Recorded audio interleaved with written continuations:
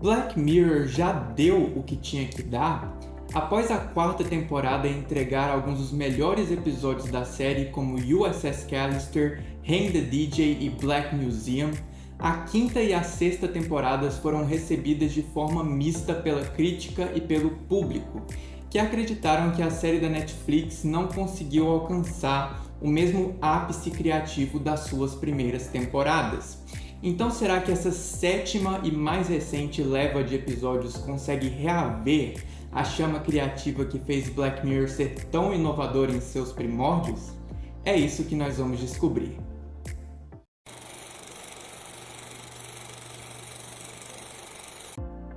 E aí, meus queridos cinéfilos, tudo bem com vocês? Aqui quem fala é o João Pedro, sejam bem-vindos de volta a mais um vídeo no canal do No Cinema com João Pedro.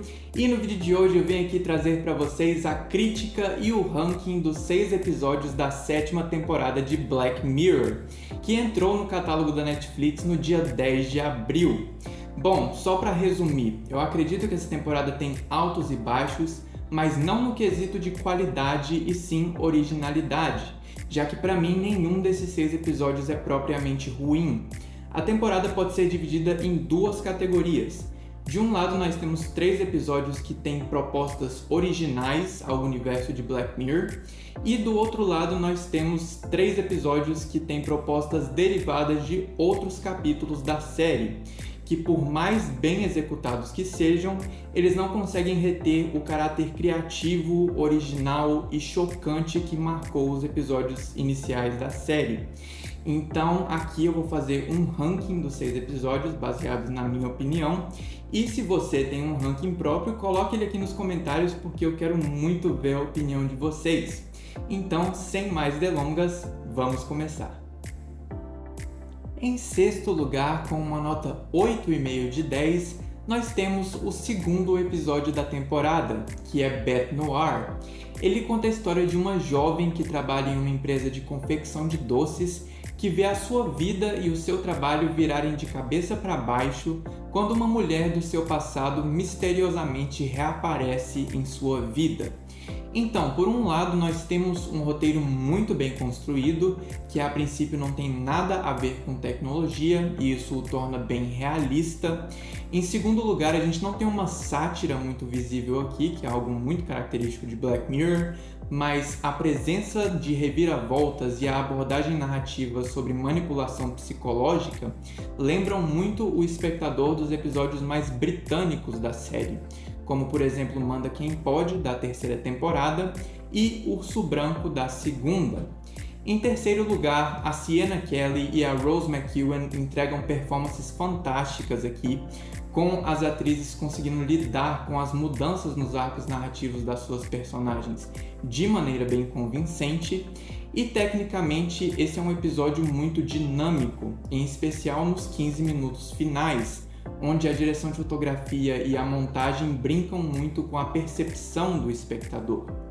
Porém, por outro lado, a reviravolta final torna implausível o desenrolar do enredo, apelando para o fantasioso e para o surreal, quando as coisas, pelo menos na minha opinião, poderiam ter sido resolvidas de uma maneira bem mais realista.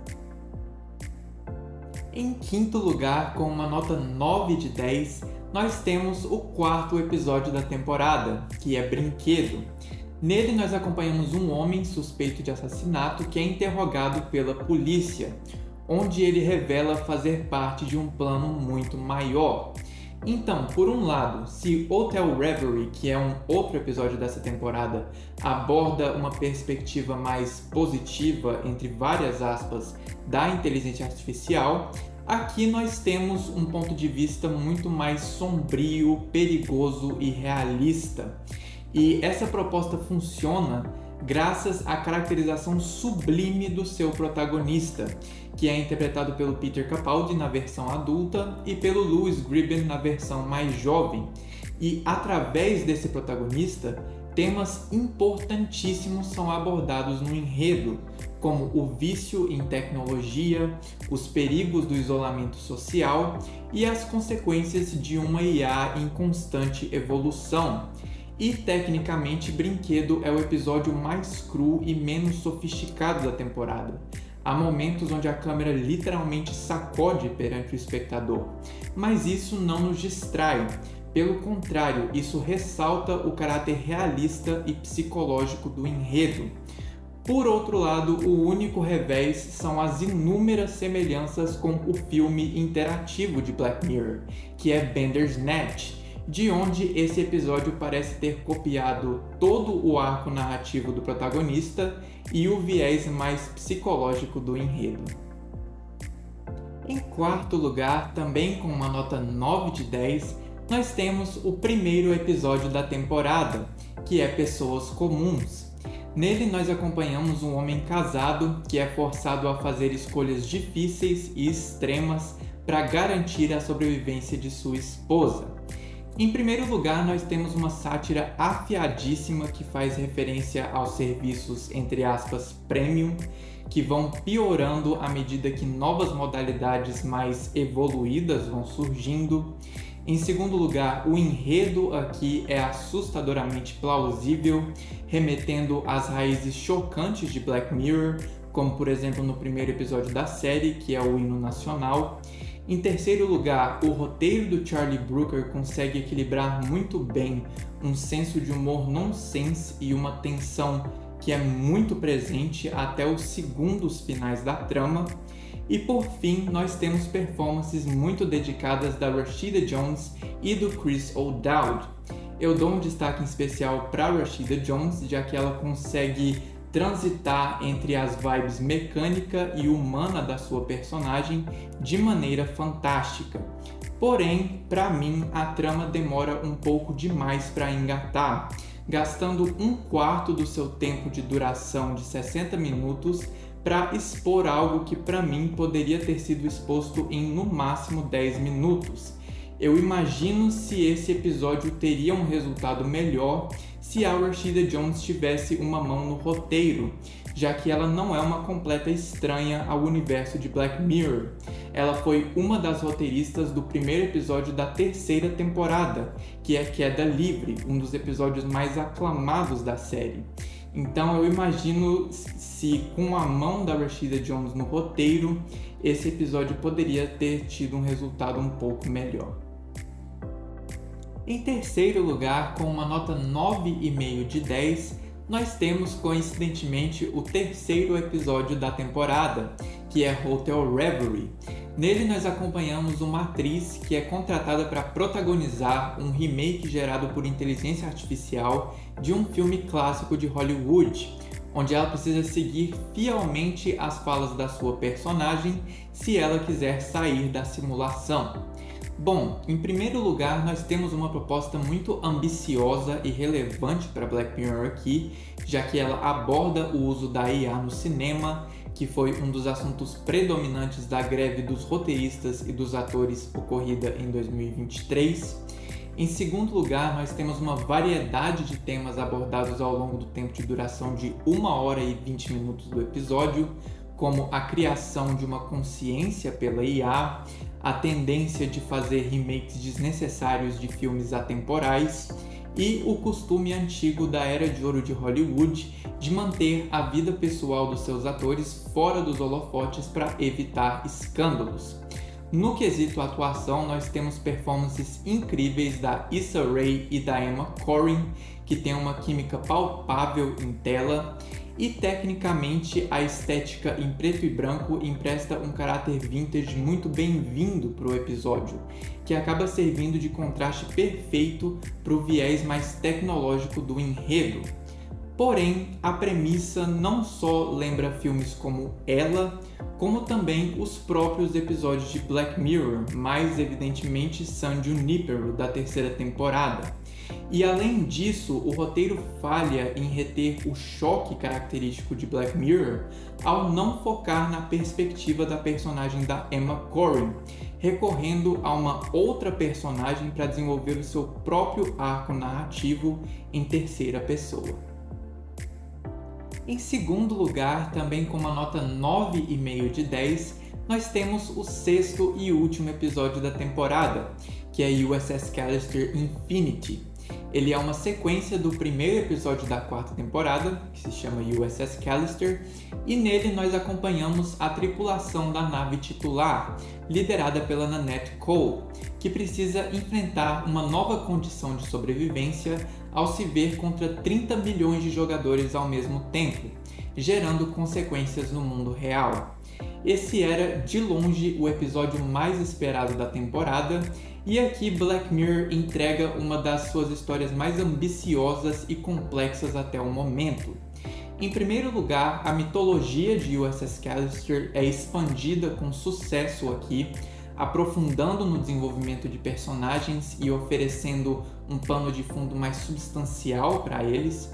Em segundo lugar, as temáticas que são abordadas com primor incluem as reclamações dos gamers sobre as microtransações nos jogos e também a dualidade no mercado de videogames entre a arte e o entretenimento.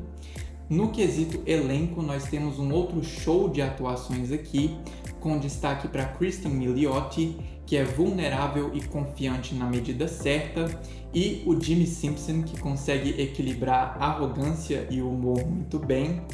E, tecnicamente, esse é, de longe, o episódio mais blockbuster que Black Mirror já produziu, com um trabalho fantástico de fotografia, montagem, direção de arte e efeitos visuais que entregam um caráter mais cinematográfico à produção, lembrando muito o espectador dos filmes de Star Trek do J.J. Abrams. Porém, assim como aconteceu com outros episódios nessa temporada, USS Callister Infinity peca na originalidade, pegando vários conceitos emprestados não só de filmes como Free Guy e Jogador Número 1, como também, consequentemente, do primeiro episódio de USS Callister. E em primeiro lugar, com uma nota 10 de 10, nós temos o quinto episódio da temporada, que é Eulogy.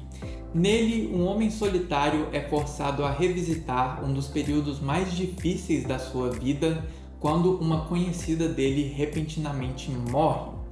E as melhores histórias sobre tecnologia são aquelas onde ela é utilizada apenas como suporte para abordar sentimentos essencialmente humanos. E Eulogy faz exatamente isso. Em primeiro lugar, a abordagem temática sobre a culpa e o luto faz com que esse seja um dos enredos mais emocionalmente potentes de Black Mirror e provavelmente o mais emocionante desde Volto Já, da segunda temporada. Em segundo lugar, a performance do Paul Giamatti aqui está empatada com a da Emma Corrin em Hotel Reverie como a melhor da temporada. O espectador consegue ver, através das mudanças sutis nas expressões faciais do ator, o misto de emoções que o personagem dele está passando, e muitas vezes as expressões faciais conseguem falar ainda mais que os diálogos. E tecnicamente nós temos um uso muito bom de efeitos visuais aqui, misturando CGI e efeitos práticos para adicionar uma profundidade de campo maior em alguns cenários, e isso permite uma maior imersão do espectador nessas cenas. Bom, resumindo, Eulogy é um dos melhores episódios de Black Mirror até agora, graças a uma proposta original que entrega uma trama muito emocionante, que é levada a novas alturas pela performance do Paul Giamatti. E assim nós chegamos ao fim do nosso ranking da 7ª temporada de Black Mirror. Eu espero que vocês tenham gostado, e se vocês têm um ranking próprio de vocês, me contem aqui nos comentários, porque eu quero muito saber. E como vocês podem perceber, eu estou com uma camiseta um pouco nova aqui. Essa é a primeira camiseta oficial do No Cinema com João Pedro.